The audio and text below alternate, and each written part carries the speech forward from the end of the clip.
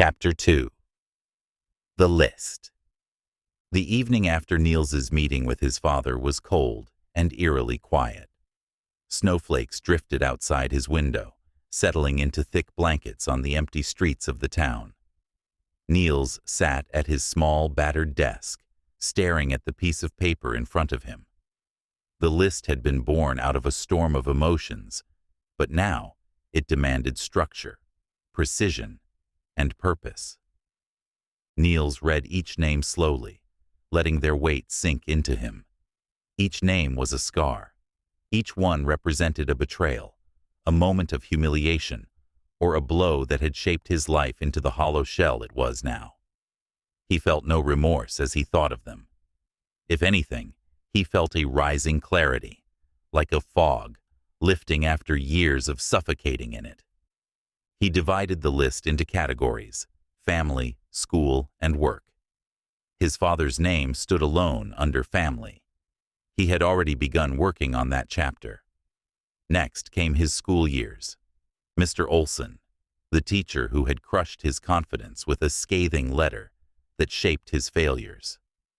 Lastly, under work, was Anders, the colleague who had schemed against him, leading to his unjust dismissal from a promising position at the municipal office. And then, of course, there was Lena. Her rejection was personal and painful, a final nail in the coffin of his faith in others. But planning vengeance was more than scribbling names on paper. It required meticulous research, observation, and patience. Nils knew that in a small town like this, any mistake could unravel his plans. He would need to move methodically, making every step seem like coincidence or an act of nature. The research begins. The next morning, Nils donned his usual gray coat and hat and ventured out into the snow-covered streets. His demeanor was the same as always, quiet, reserved, unremarkable.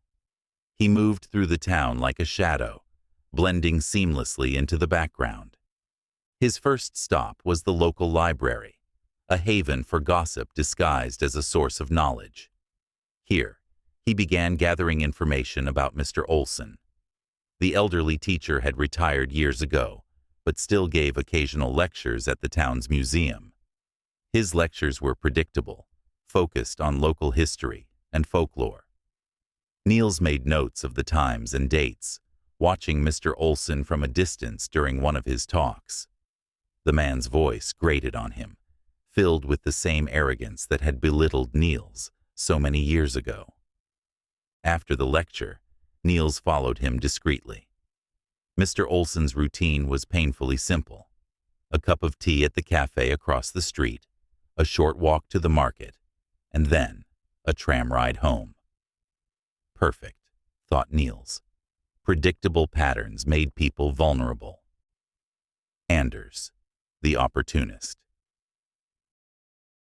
Next on the list was Anders, the colleague who had turned Nils's workplace into a battlefield. Anders was the kind of man who thrived on manipulation, building his career by tearing others down. Nils remembered how Anders had fabricated complaints about him, accusing him of stealing office supplies and taking credit for work that wasn't his.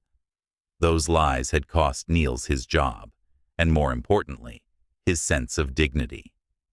Nils found Anders easily. He was now working as a project manager at a nearby development firm, a position that afforded him a comfortable lifestyle. Nils began tailing him after hours, noting the expensive car he drove, the gym he frequented, and the bar where he often stayed late, entertaining clients or drowning himself in alcohol. The picture that emerged was one of excess and recklessness.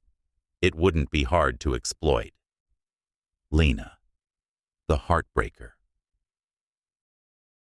Lena's name was the hardest for Nils to confront.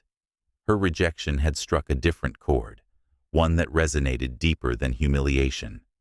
She had been the first person he trusted enough to open his heart to, and her words, cold, dismissive, cruel, had left him shattered. Someone like you? I'd rather be alone forever, she had said, laughing as though his pain were a joke. Through social media and whispers in the town, Nils learned she was now running a small bakery, a quaint shop filled with the aroma of fresh bread and pastries. From the outside, it looked warm and inviting. Inside, Nils imagined the woman who had once reduced him to nothingness. He stood outside the bakery one evening, watching her through the glass as she worked. He could see the faint smile she offered her customers, the practiced kindness in her gestures. To him, it was all a facade, a veneer, masking the same cruelty she had shown him years ago. For a brief moment, doubt crept into his mind.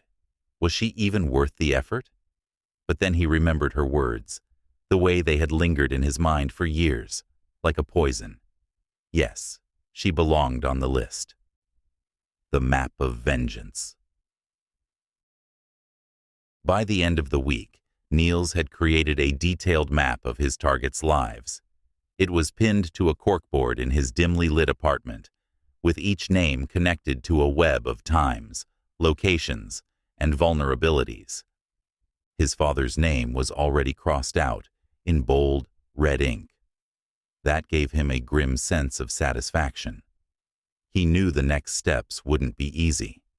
Each person on the list represented a new challenge, a different kind of confrontation. But Nils was determined. This wasn't about rage or revenge anymore. To him, it was justice, a balance that had to be restored. The test of resolve. On one particular night, Nils stood before his corkboard, a glass of whiskey in one hand and a pen in the other. He stared at the names, the connections, the intricate plans he had sketched out. For a brief moment, he wondered if he could really go through with it. These weren't just names. They were people, lives, histories. Did he have the strength to carry the weight of what he was about to do? But then the memories returned. The laughter, the sneers, the betrayals. He clenched the pen tightly, the metal tip pressing into his palm. He had spent his entire life in their shadows, a victim of their cruelty. No more. He set the glass down, steadied his hand, and drew a deep black line through the next name on the list. Mr. Olson. The plan was in motion. There was no turning back now. The chapter ends with Nils standing in his apartment, staring at the crossed-out names on the board. His determination is unshakable, his mind set on the dark path ahead. What began as a fleeting thought of justice has now transformed into a methodical, relentless mission. The night deepened as snowflakes thickened outside, settling in heavy silence over the rooftops and streets. In his small apartment, Nils's world was growing louder, not with sound, but with thoughts, plans, and a sharp sense of purpose he hadn't felt in years. His list had started as a crude outline, but as the hours stretched into days, it transformed into something far more intricate, almost like a manifesto. Nils wasn't merely writing names. He was constructing a system of accountability, a balance sheet for his life. Each person on the list had a debt to pay, and he, for the first time, was willing to be the collector. A ritual of control. Every morning began the same way now. Nils would brew his bitter instant coffee, light his first cigarette, and sit before the corkboard. With careful precision, he reviewed his notes. Each line of text, each photo or article he'd clipped, was a piece of the puzzle he was assembling. The corkboard wasn't just a plan. It was his temple, a shrine to his newfound power. Above the board hung the list, now written neatly on a larger piece of paper, with names arranged in bold letters. Next to each name, Nils had jotted brief summaries. Father. Physical and emotional abuse, a lifetime of pain. Status: eliminated. Mr. Olson: public humiliation, destroyed opportunities. Target: vulnerable. Anders: betrayal, professional ruin. Target: reckless habits, exploitable. Lena: rejection, emotional devastation. Target: isolated, predictable schedule. Each note was underlined twice. Beneath the summaries, arrows and timelines branched out like veins on a leaf, marking the flow of his plan. Nils began to feel a strange sense of calm as he worked. The chaos of his life was finally taking shape, bending to his will. A visit to the past. On one particularly gray afternoon, Nils decided to revisit his old school. It was a place he had avoided for years, but something about returning to the scene of his early defeats felt important. The building had aged, its once bright walls faded to a dull beige. The playground where children used to shout and play was now overgrown with weeds, the laughter replaced by an eerie stillness. He walked the halls slowly, his footsteps echoing against the worn linoleum floors. Memories came rushing back with every turn. Here was the classroom where Mr. Olson had read his name out loud, mocking his spelling error as the other students laughed. There was the principal's office, where the letter Mr. Olson had written had been read aloud to his mother, her face tight with disappointment. Nils clenched his fists, the sharp edges of his nails digging into his palms. He wouldn't allow these memories to haunt him any longer. He paused by an old bulletin board near the faculty lounge, scanning the faded photographs and announcements. Among them, he found a recent flyer advertising Mr. Olson's next lecture at the town museum. Local legends and Nordic myths. Nils smiled. The teacher's arrogance hadn't faded with age. The weakness of Anders. Anders required a different approach. Unlike Mr. Olson, Anders was younger, stronger, and socially connected. But his weakness was his indulgence. Nils had followed Anders for several nights, observing him as he drank himself into a stupor at the same bar. It wasn't long before Nils discovered a pattern.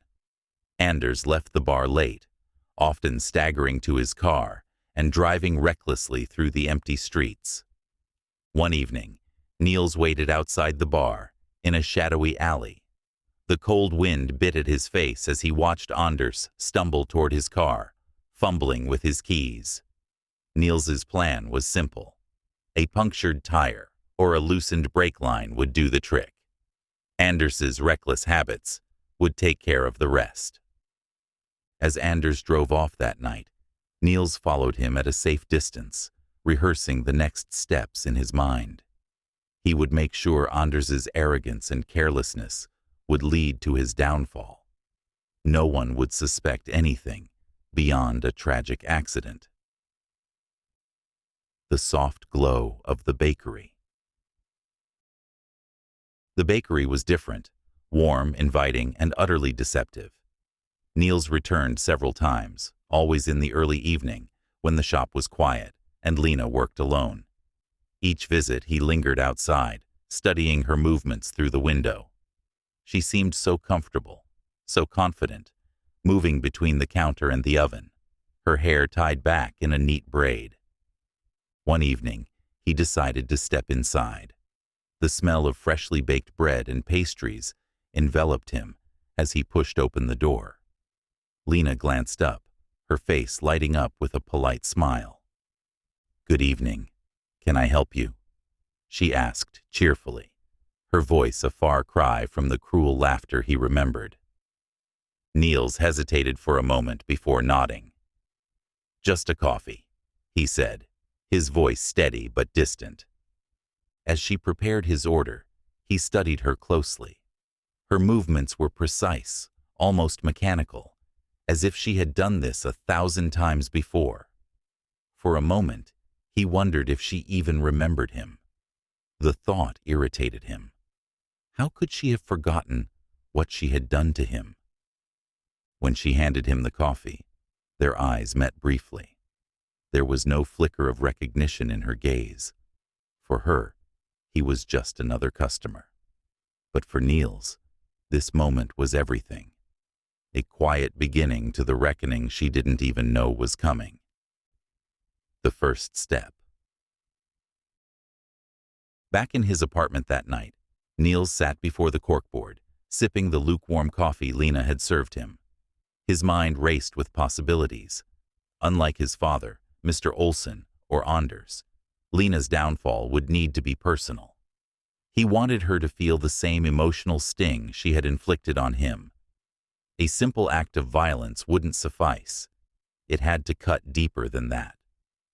He picked up his pen and circled her name on the list, drawing a line underneath it.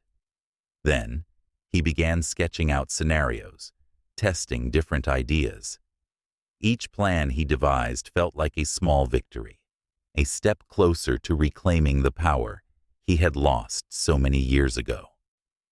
The calm before the storm. As the days passed, Nils's confidence grew. He became more precise, more calculating. The corkboard filled with notes, maps, and photographs, each detail sharpened to perfection. The names on the list were no longer just names. They were missions, each one pulling him further into the dark spiral he had chosen. But with every step forward, a question lingered in the back of his mind. When the list was complete, when every name was crossed out in bold red ink, what would be left of him? Would he finally feel whole, or would he simply become the monster he had spent his life fearing? For now, Nils pushed the question aside. The list was his purpose, his guiding star, and as long as it remained unfinished, he had work to do. The chapter ends with Nils sitting in his dimly lit apartment, staring at the corkboard.